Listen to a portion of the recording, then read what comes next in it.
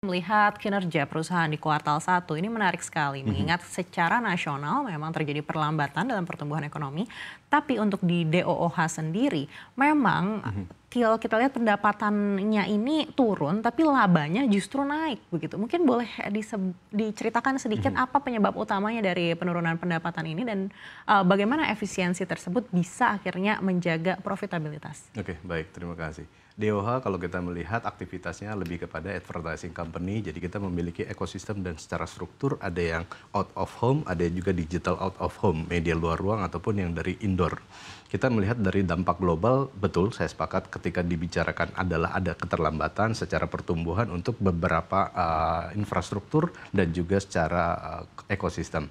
Hanya kalau melihat dari pertumbuhan kita ngomong adalah kurang lebih 47%, secara profitability kita meningkat dari Q1 di tahun 2024, itu dipengaruhi terhadap efisiensi cost, ada produksi cost. Nah, jadi kita memang di tahun 2025 mengupayakan agar apa yang sudah kita lakukan tahun 2024 secara cost dan produksi itu yang akan kita maintain, sehingga pembuktiannya di Q1 ini cukup signifikan, walaupun mungkin masyarakat mengira bagaimana caranya ini bisa lebih dari 2 digit gitu ya. Tapi harapan kami di Q1 ini bisa mencapai 1,2 miliar sudah cukup baik.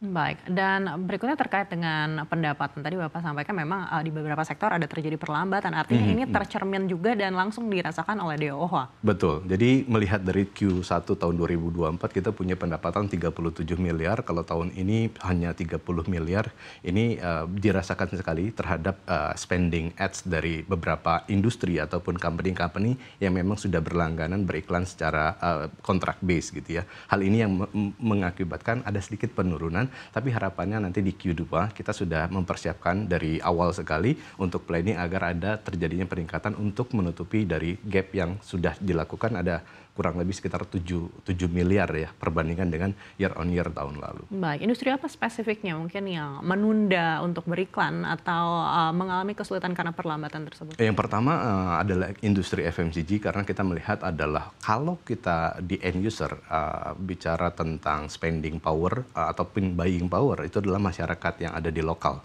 baik yang ada di daerah. Tentunya teman-teman dari FMCG secara brand gitu advertisingnya itu ditunda, atau mungkin juga ada yang dipisahkan. Tadinya adalah yang ke statik, akhirnya sudah mulai bergeser sedikit banyak ke digital. Tapi yang untuk menunjang kita lebih banyak ke government, terus kemudian ada beauty, health and care atau skincare dan kecantikan, dan juga adalah fintech, financial, banking, dan seterusnya. Itu yang menjadi core kita untuk bisa meningkatkan pendapatan di Q2 nantinya. Baik, dengan adanya efisiensi budget yang dilakukan oleh pemerintah, artinya ini juga salah satu penyebab Faktor yang menyebabkan penurunan pendapatan Betul tersebut. sekali. Baik, dan juga kalau kita melihat ada harapan bahwa di kuartal 2 ini selain ada insentif juga mungkin sudah ada perbaikan dari segi daya beli. Seberapa besar ini mungkin sudah diproyeksi oleh perusahaan? Kalau atas kebijakan government terkait dengan mungkin insentif, banyak hal yang sebenarnya menjadi diuntungkan. Contohnya adalah UMKM ataupun pelaku-pelaku kreatif, digital kreatif itu yang memang berdampak dari pemberian fasilitas kredit, dari pemberian ekosistem yang bisa digunakan, dan juga ini akan berdampak terhadap harga produk yang dikeluarkan jadi lebih rendah.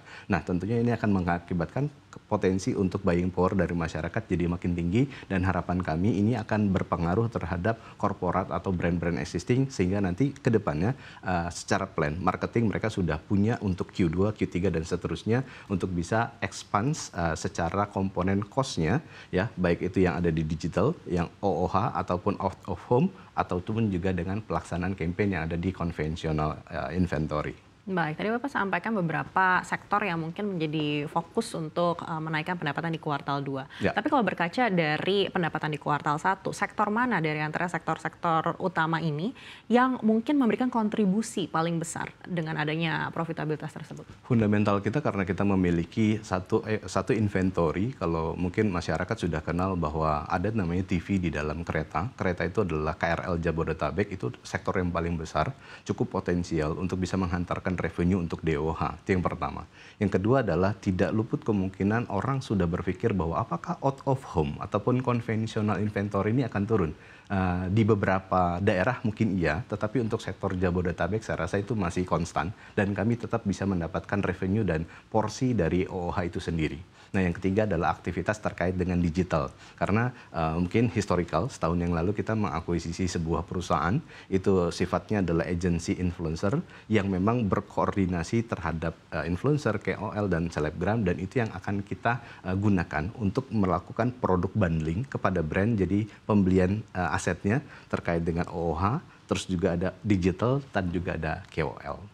Baik, namun apakah lini-lini bisnis tersebut itu juga memberikan kontribusi sesuai yang diharapkan oleh perusahaan di kuartal 1? Saat ini kita melihat dari aktivitas digital dan juga KOL itu memang belum signifikan sesuai dengan harapan kami, karena memang ada sedikit pergeseran terkait dengan spending budget dari teman-teman brand itu yang mungkin sebelumnya ada di TV, televisi nasional, ataupun juga di OOH. Nah, ini baru diaplikasikan di Q2, bahkan mungkin nanti terbesarnya ada di Q3. Jadi harapan kami Q2 dan Q3 ini adalah bucket yang paling besar untuk bisa menciptakan revenue sesuai dengan target dari perusahaan. Baik, kalau kita berkaca di kuartal 1 ini kan kita sudah melewati momen yang biasanya paling ditunggu-tunggu dalam setiap tahun begitu ya, itu ada Ramadan dan Idul Fitri begitu. Artinya di kuartal-kuartal berikutnya ini seperti apa harapan dari perusahaan mungkin untuk bisa menggenjot lagi pendapatan?